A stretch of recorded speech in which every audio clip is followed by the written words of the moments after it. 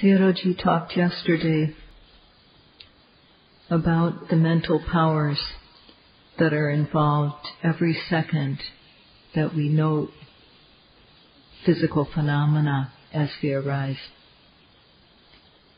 how they become strong.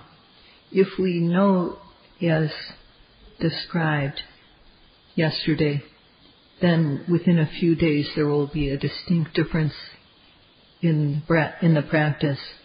And if not, then no matter how long one practices, there won't be any change. And it will be simply a waste of time. And this amounts to wasting time due to a lack of respect for the Dhamma. In order to know the Dhamma, which is very subtle, one has to have strong zeal, and one has to apply effort to observe the object time and again, repeatedly, and one must also aim. If one does this, then sati will appear naturally. And with the help of vitakka, aiming, and vichara, rubbing, samadhi also appears naturally. So one has to note every arising, every single time. When one notes every arising, every single time mindfulness sticks to the object, samadhi naturally arises. So if this first part of the practice is fulfilled, then these qualities naturally arise. When the mind is directed to the object many times, then knowledge of the true nature will gradually become clearer and clearer. So one will come to observe the object closely and see individual components. The concept of form will disappear. And before that happens, the concept and the true nature are mixed. But gradually the true nature becomes apparent through observation of the object. The true nature, the individual characteristics of the object, as well as the common characteristics of impermanence, suffering, and lack of inherent self. For this to happen, the quality of vichara plays a very great part. In every noting, when vichara rubs against the object, then wavering is dispelled. There's no question about what the object is. The manner of the object is gradually dispelled, and the true nature therefore appears. One has to be careful not to think about the object while noting, because that obscures the true nature. Okay.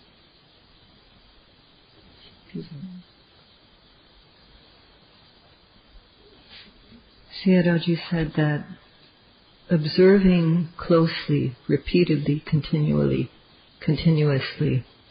the arising physicality is Kayanupassana Satipatthana. In our body, noting and knowing every single arising physicality, when it arises, is Kayanupassana Satipatthana. The whole body is our field of observation, and within this, individual objects arise repeatedly. And these are to be observed repeatedly. So, and closely. That closely, observing closely indicates the jhanic factor. One has to apply concentration. So one repeatedly means that every rising, every falling, every physical thing that arises, when it becomes apparent, one must observe it. So what observing like this is Kayanupassana Satipatthana. And this is practical, not theoretical. So he said, observing closely, continuously, repeatedly, the arising physicality is Kayanupassana Satipatthana. So repeatedly means every rising, every falling. One makes effort to observe the object and aims the mind. And mindfulness sticks to the object. So because of the mindfulness sticking to the object, samadhi arises. Due to that, one naturally comes to know the characteristics of the object. And this is Kayanupassana Satipatthana. It develops in stages gradually.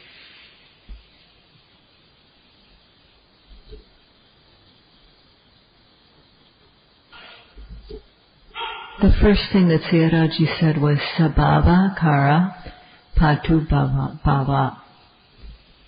So at first we observe the rising and the falling, and these have the characteristic of stiffness and tension because they're caused by the air element, Vayodhatu. So we observe this stiffness and tension. This is true phenomenon. And every rising and falling that we observe with full mental powers,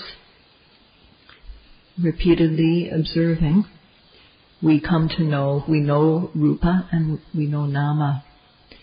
We know that the object arises, besides knowing Rupa and Nama, the object arises and one knows it. So one comes to see that due to the object, which is the cause, the noting mind, which is the resultant mentality arises.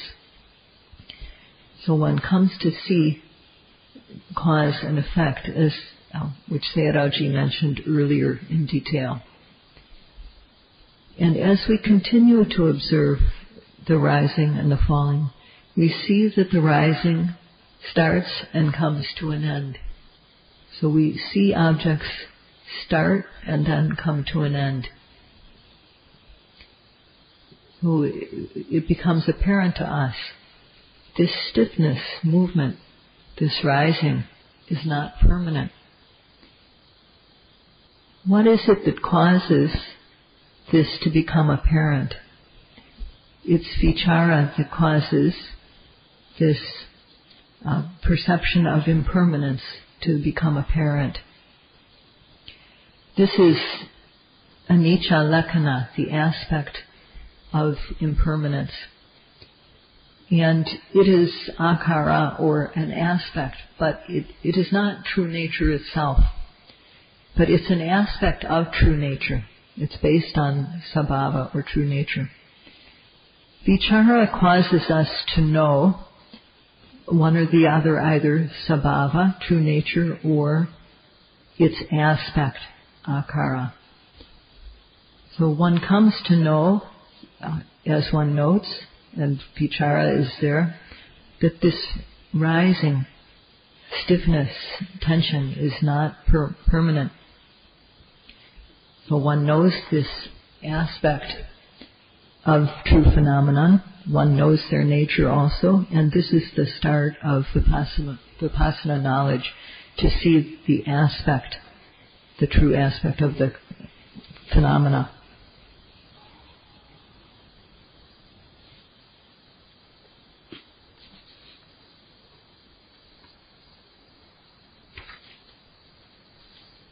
As we observe like that, placing main emphasis on the rising and the falling, we continue to observe for, say, 5 or 10 minutes.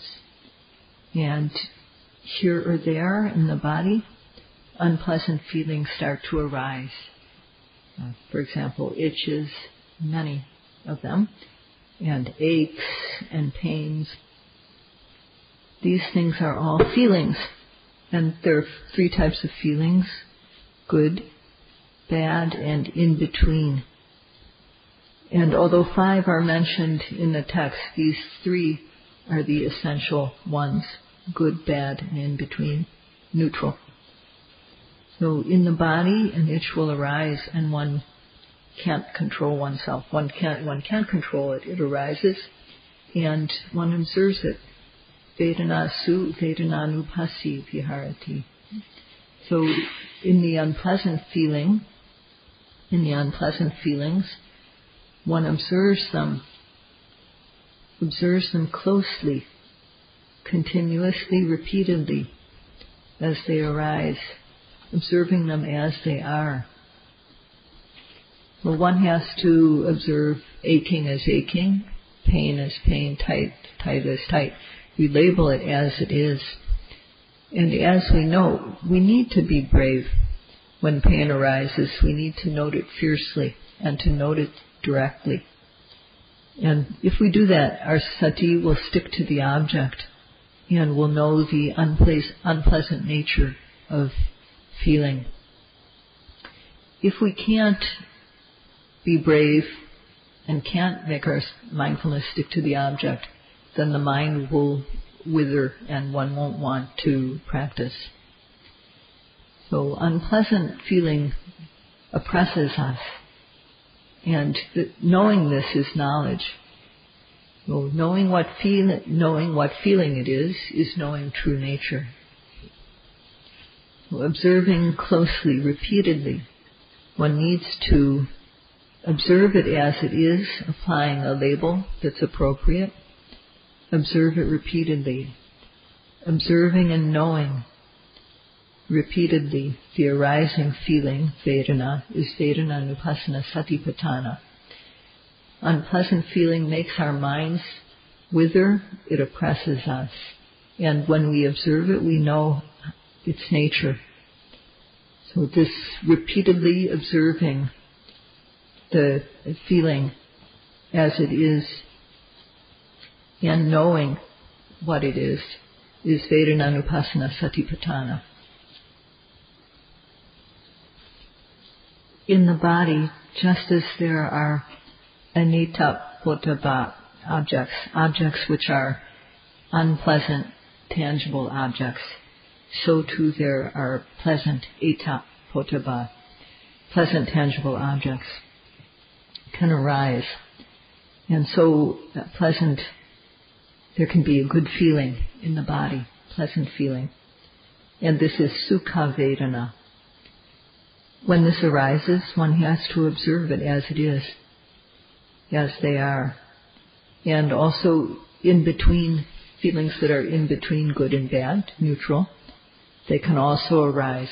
But at the start, when our knowledge is still at an immature stage, these neutral feelings are not very apparent. When our knowledge becomes mature, then they're quite evident, and one can note them with balance. But whatever the feeling is that arises, one must note feelings as they arise. If not, if we're someone that can't control our minds, then an unpleasant feeling will lead to anger, because there's domanassa, there's dislike of unhappiness with the object. So anger will arise. And it's also said, dukhi sukhang patiyati. When one encounters something unpleasant and doesn't observe it, one longs for pleasant experiences. So this unpleasant feeling becomes the cause for tanha, craving, to arise. One longs for pleasant experiences if we don't know. So, and in this way, Vedana Paccaya Tanha, the feeling is the cause for tanha to arise, because we aren't noting. If a pleasant feeling arises, it's said sukhi biopi echati. One who has a pleasant feeling desires even more. So we want more of a good feeling if we don't observe it. And that, of course, is tanha. And one can even grasp onto neutral feelings because they're not oppressive. So feeling can become the cause of tanha if we don't observe it. So it's said that observing closely, knowing closely, continuously, repeatedly, feeling Vedana is Vedana Satipatthana, Vedananupassana Satipatthana. If we observe and know the feeling as it is, that's Vedananupassana Satipatthana. When we know, we dispel ignorance and other kilesas. But if we don't know, then akusalas will arise. And in the practice, this can happen regarding good experiences when there's things that are very peaceful that one experiences in the practice at a certain stage. One can grasp onto that if one doesn't know the feelings when they arise. So if every time a Vedana feeling arises, we observe it with knowing. This is Vedananupassana Satipatthana. And if we observe it like this, the grasping or akusala of some form will not arise.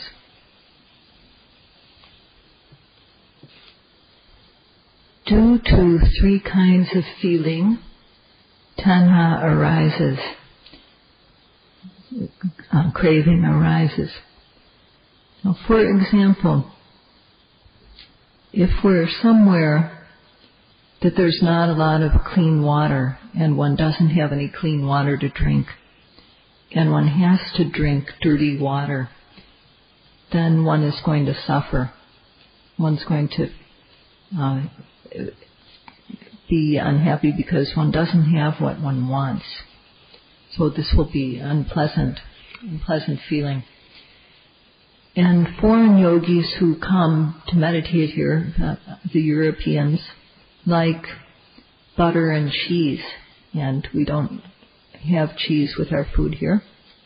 And for some, of course, it's noodles that they like, that they usually have, and for Koreans, it's kimchi. So these are the things that people consider what they've got to have as their basic foods. And when we don't have those things, then we can feel unhappy about the situation. So one should try to have the attitude, as long as we get enough nutrition, that's all that matters. And of course, if one comes prepared, then one won't have suffering due to not having what one wants in the environment. But when one encounters not having what one is used to have to eat, this can cause craving to arise because dukhi, sukhan patiyati, one who encounters something unpleasant, longs for the pleasant. But with noting, when we're eating food, whether we're noting the eating process itself or aware of the food, because of our noting, there won't be any anger when there's a lack of something, when we have to eat something that we're not used to, or when we don't have what we want. And also there won't be any craving. If we get something good, there won't be wanting something more. And also, when we have something that is neither good nor bad, by noting, we become even more balanced by noting the things that are neutral. One becomes even more stable and more able to be balanced in one's mind. So what is happening at this point? What is happening is Vedananupassana Satipatthana. Observing closely, repeatedly, the arising feeling Vedana is Vedananupassana Satipatthana. So one who continuously observes, for that person knowledge appears. And when there's an unpleasant feeling, we're noting it repeatedly. No anger will arise. When there's a pleasant feeling, we're noting it repeatedly. and knowing, so there's no craving that will arise. And same with neutral feelings, no craving will arise for these. So if one can note in this way, at this level, then Vedana Nupassana Satipatthana is what is occurring. Question. People who are cowardly or afraid to die are afraid of feelings, are afraid of these unpleasant feelings. Well, when we sit, then a little bit of pain arises, and we switch here and there. We shift our position to ease it, and therefore our samadhi is not continuous because of the moving. And when our samadhi is not continuous, there won't be any mindfulness and there will be no patience. So this can happen. When Vedana arises, when feeling arises, one must note with concentration and without moving. If one does this, patience will arise. But one shouldn't have the objective of making the pain go away with one's noting. Vipassana is practiced in order to know the true nature of the object. And this means that we have to come to know the unpleasant feeling, its nature, it's unpleasant, and the oppressive manner that it has, that appears in our mind and our body. So one must have this objective to know the object as one notes pain. And with that, one's mind gradually becomes stronger. And when one's mind becomes stronger, then as soon as one sits down to meditate, pain arises. So one has to note it. And sometimes we retreat and move, but sometimes not. So we advance on the pain. And the times that when we're not able to note it, it's because there's this sense of I that is, I missed one point. So when our mind becomes strong, then as soon as we sit down, the Vedana will arise. And when we retreat and move, change our position, we feel, my rear end is hot, my knee is stiff.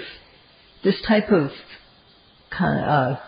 feeling in the mind is because there's still a concept of I there. And as long as that I is there, we're not going to be able to overcome pain. But if we note carefully, we come to see that the Vedana is distinct from, there's no knee, which is aching. There's no butt, which is hot. There's just pain, which we're observing. There's the observed pain, and there's the observing mind. So just these two things. And when one is aware like that, then one has gained a victory over pain. And then Vedana doesn't come back to bother us, and we feel we're missing something because it's no longer there.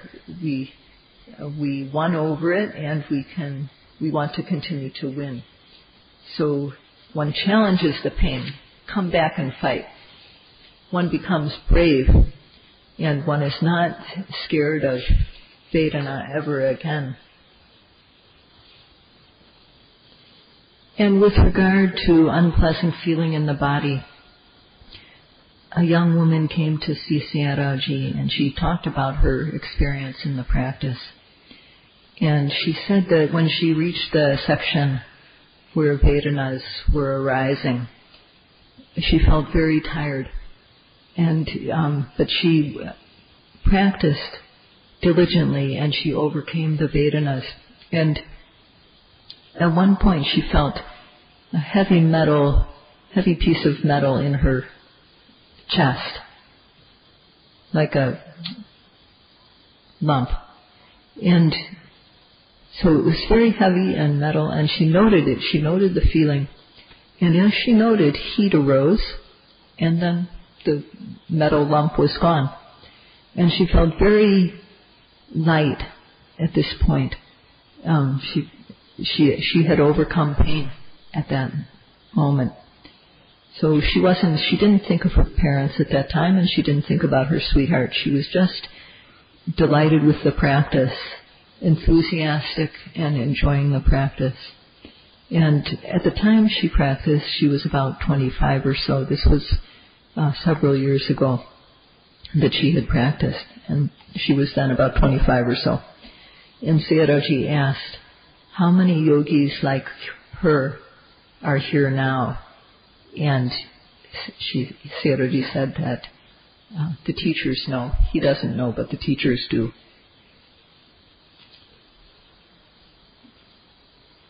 And sometimes one has a disease, an old disease that hasn't been cured. And regarding that disease, there may be Vedanas that are submerged, and that these can arise during the practice. And when one observes them with mindfulness, these feelings, the disease can be cured. And there are many people who have been cured of diseases through the practice, and Sayadaw will not mention all the examples. There's many. So whether it's the situation of a new feeling that's arising at the moment, or whether it's something related to an old body condition that we have, whatever the source of the Vedana, if one observes it bravely, repeatedly as it is, as the sutta says, Vedanasu Vedananupasi Viharati Atapi Sampajano Satima Vinaya Loke Abhija Domanasang. If one applies the mental factors needed to note, one will come to the end of this. One will be able to dispel the feeling.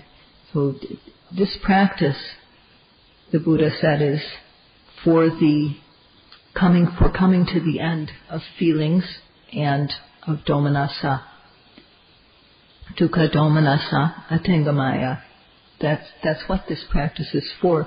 And this practice of Satipatthana is the one and only path for coming to the end of unpleasant feelings and domanassa. For meditating yogis who are at the start of the practice, they don't really know their mental situation yet. So with the instruction to observe the abdomen carefully and note every rising and falling, well, they can't do it yet. So the mind wanders, and the starting yogi doesn't know it. And after the mind has been away from the rising and falling for a long time, the yogi remembers, have to note the rising and falling, and they come back. So one does this again and again, and every time one becomes more and more skilled, and it comes to the point when, although when one is observing the rising and the falling, one knows that the mind is sticking to the rising or the falling. One doesn't know the nature of it yet, but what one knows is that the mind is sticking to it. And one also knows that as soon as it wanders, one knows it. And the mind without control, if there's no control on the mind, when it meets something likable, it will associate with greed. And if it meets with something dislikable, it will associate with anger. And when it meets something neutral, it will become confused. So the mind without control is like a bad child without parental control. A bad child without parental control or teachers' control will come to ruin because they'll associate with bad companions and they'll become bad themselves. But for us, our minds have the control of this practice, the mindfulness. So at this stage, we know the mind. We know when raga occurs, when lust occurs, and one notes it. So one knows the raga, and through the noting, the raga is dispelled, and one also knows the mind that is free of raga, free of lust. And it's the same with when anger arises. One knows the mind that is associated with anger, and one notes it, observes it. When it's gone, one knows the mind that is free of anger. So observing closely, continuously, the arising mind mentality is Chittanupassana Satipatthana.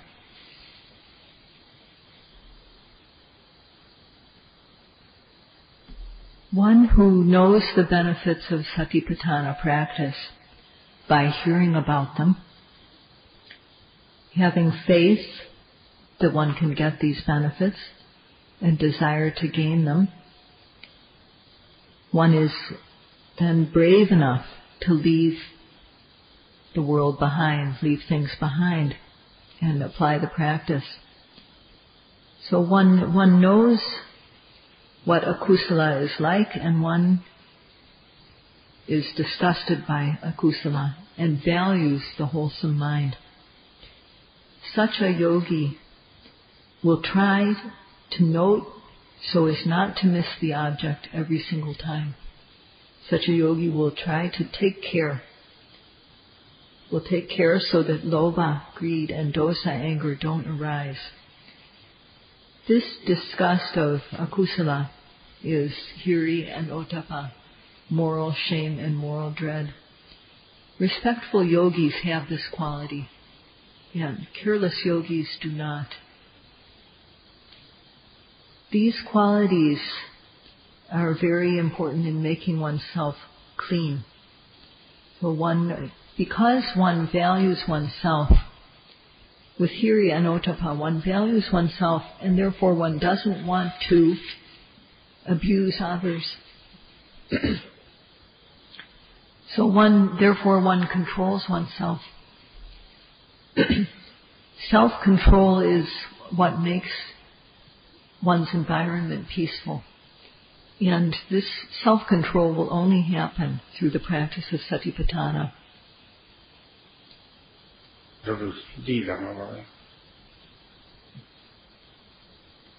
Satipatthana is guaranteed to create a peaceful world. And one can see this when one looks at places where Satipatthana is not present. Human culture is not there at all or negligible. And individuals have no self-control. The behavior of people is coarse and violent. And this violence is prevalent in places where Satipatthana is not non-existent. So with the practice of Satipatthana, one controls oneself, and doing this becomes truly human. One becomes an island of peace. And each person who does this, each person who undertakes the practice and gains control of themselves, becomes truly human and becomes an island of peace in the world. If there are many little islands of peace in the world and they connect, then the world will be overwhelmed with peace, and this will be quite a wonderful thing. So one who practices comes to know that the Satipatthana practice makes one's own little world peaceful and can make the world at large peaceful too.